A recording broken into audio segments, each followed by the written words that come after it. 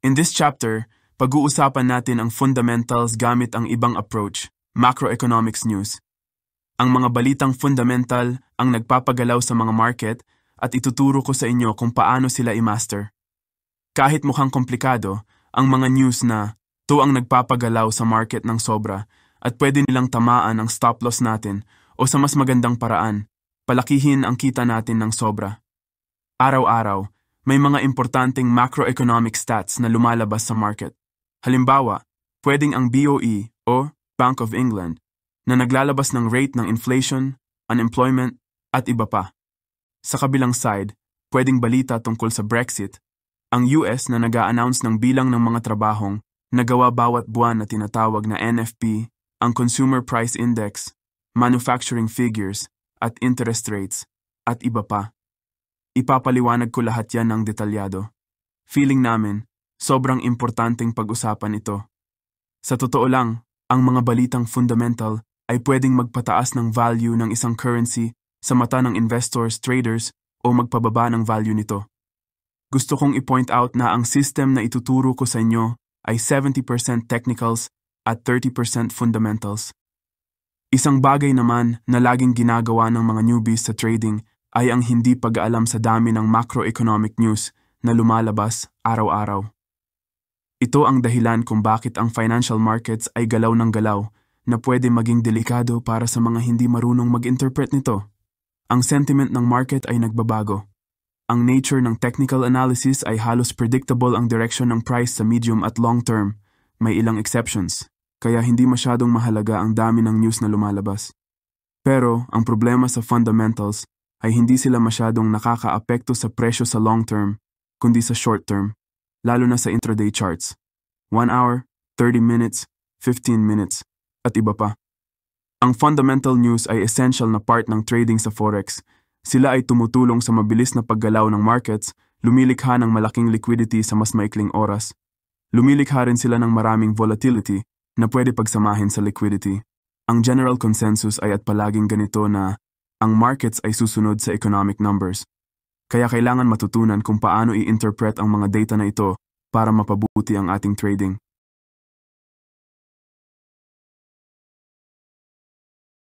How to be informed of the economic news that will impact the Forex. Ang mga websites na nakalista sa ibaba ay may weekly schedules ng lahat ng mga balitang darating sa linggo at nakakaapekto hindi lang sa Forex, kundi pati sa lahat ng financial markets. Meron ding ibang websites tulad ng CNBC, Bloomberg, MarketWatch, Forex Factory, at syempre mga Trump tweets.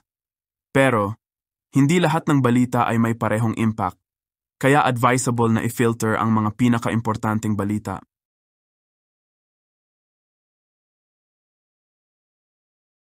Sa gitna ng maraming balita, may mga mas mahahalagang balita na maaaring magdulot ng pagbabago sa halaga ng currency at malakas na makaapekto dito. Kung gustong taasan o bawasan ng government ang halaga ng currency, maaari nilang baguhin ang interest rates. Higher interest rates mean that the currency appreciates in value due to increased investment in higher interest rate climate. Pero may mga downside rin ang mas malakas na halaga ng pera, gagawing mas mahal ang mga export, at mas mahal din ang mga utang dahil sa mas mataas na interest rates. Bukod dito, kapag nagtakda ang isang bansa ng pagtaas ng interest rates, maaaring malaki ang pagtaas ng halaga ng currency. So in this case, a country has an hawkish monetary policy. Isa pang dahilan kung bakit pinapanatili ng isang bansa ang mataas na interest rate ay upang mabawasan ang paglago ng ekonomiya at pigilin ang labis na inflation. Kaya't sa susunod na makakita ka ng malakas na inflation, huwag kang magulat kung magtataas sila ng susunod na interest rates. Low interest rates means when a currency cut its interest rates, the currency is devalued. Sa totoo lang, nangyayari ito dahil ang isang bansa ay nasa masamang sitwasyon. May mas kaunting investment dahil sa mas mababang rate ng return. Ang mababang interest rates ay nagpapalakas sa daloy ng currency na siyang pangunahing pundasyon ng Forex. Sila ay kumukuha ng dovish na patakaran sa pera upang magpalakas ng paglago ng ekonomiya at labanan ang masamang sitwasyong ekonomiko. Pinapanatili ng isang bansa ang mababang interest rates upang magpalakas ng paglago ng ekonomiya at pigilin ang labis na deflation. Kaya kung makakita ka ng mababang inflation o malakas na deflation, huwag kang magulat kung babawasan nila ang interest rates upang magpalakas ng ekonomiya. Mayroon tayong dalawang klase ng monetary policy, ang hawkish at ang dovish. Kapag ang central bank ng isang bansa ay nag-adopt ng hawkish na monetary policy, kadalasan nilang itinaas ang interest rates. Ginagawa ito upang kontrolin ang inflation na tumutukoy sa bilis ng pagtaas ng presyo ng mga goods at services.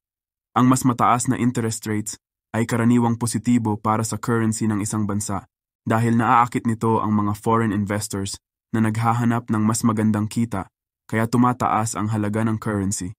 Pero, maaaring pabagalin ng pulisyang ito ang paglago ng ekonomiya dahil nagiging mas mahal ang pag-utang para sa mga negosyo at consumers na nagre-resulta sa mas kaunting paggastos at investment. Ang pangunahing layunin ng hawkish na policy ay kadalasang pigilan ang labis na inflation. Sa pamamagitan ng pagpapataas ng gastos sa pag-utang, mababawasan ng central bank ang supply ng pera sa ekonomiya na tumutulong upang makontrol ang inflation at mapanatili ang katatagan ng ekonomiya. Ang dovish na monetary policy ay nangangahulugang pagbaba ng interest rates. Karaniwang ginagawa ito upang pasiglahin ang activity ng ekonomiya sa mga panahon ng mabagal na paglago o recession. Ang mas mababang interest rates ay kadalasang negatibo para sa currency ng isang bansa dahil nagiging hindi kaakit-akit ang investment dito para sa mga foreign investors na nagre-resulta sa pagbaba ng halaga nito.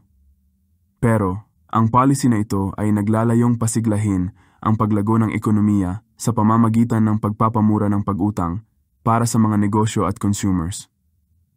Ito ay nag-iengganyo ng mas maraming paggastos at investment na makakatulong magpaangat ng activity ng ekonomiya sa panahon ng mabagal na paglago o recession. Bukod dito, ang dovish na policy ay tumutulong upang pigilan ang labis na deflation sa pamamagitan ng pagtaas ng supply ng pera at paghikayat ng paggastos, na prevent ang pababang presyon sa mga presyo na maaaring magdulot ng pagbawas sa paggastos at investment ng mga consumers. Manufacturing data. This is an indicator for industrialized countries.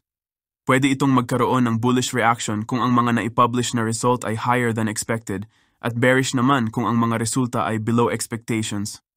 Ang mga pairs ng USD at GBP ay sobrang sensitibo sa PMI manufacturing data. Employment data. The published results higher than expected will be considered bullish for this concerted currency. Since job creation is directly related to the economic growth of a country, ang mababang unemployment data ay maganda para sa bansa.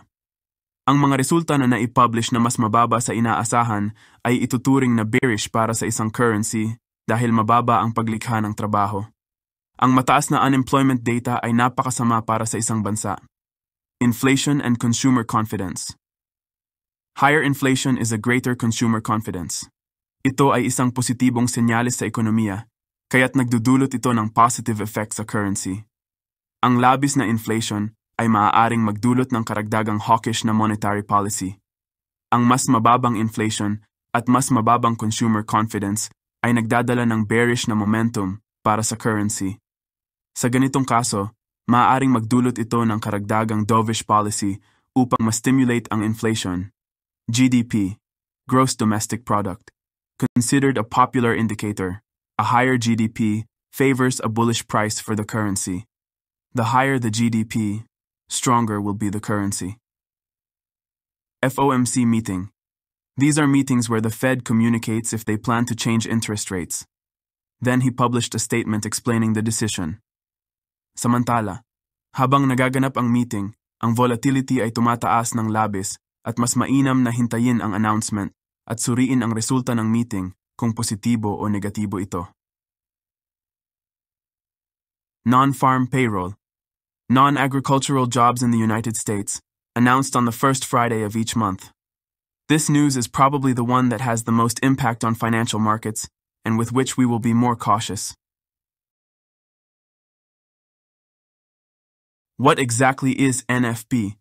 It's just a sign-in form made by the Statistical Office of Employment in the US. Ang statistics na ito ay nagpapakita ng kabuang bilang ng mga bayad sa manggagawa sa United States mula sa lahat ng negosyo, excluding employees government, domestic private, employees, Employees form non-profit organizations that provide assistance to individuals. This monthly report also includes estimates of the average work week and weekly incomes of all employees excluding agriculture sector. Indeed, ang kabuuang sample ng study ay kumakatawan sa halos 80% ng mga manggagawang nagbibigay ng kontribusyon sa GDP ng United States. Ang statistic na ito ay pinupublish tuwing first Friday ng bawat buwan. Tumutulong ito sa gobyerno at mga policymakers na matukoy ang economic health at mag-forecast ng mga susunod na desisyon. Ang NFP ay nagdudulot ng malaking volatility sa market at minsan ay nagiging sanhi ng malaking paggalaw ng presyo pagkatapos mailabas ang mga data. It is recommended not to trade the NFP day and wait until next week to see a less random movement in the market. Now that we have seen the most relevant news, there are many minor news such as durable goods orders, housing starts building permits, ISM non-manufacturing index, initial jobless claims, industrial production capacity using, and new home sales. Para malaman kung ano ang impact ng news sa currency, kailangan tingnan ang economic calendar at ikumpara ang projected values sa mga resulta para ma-interpret kung paano ito maaaring makaapekto sa halaga ng currency. As a personal recommendation, every morning or at the start of the week, we advise checking the economic calendar to see if there will be high volatility on the day you plan to trade. Kung hindi mo makita ang red folders, maghanap ka ng araw na tahimik para mag-trade. Pero kung makita mo ang mga ito, mag-ingat dahil posible na magkaroon ng biglang paggalaw ang presyo sa kahit anong direksyon.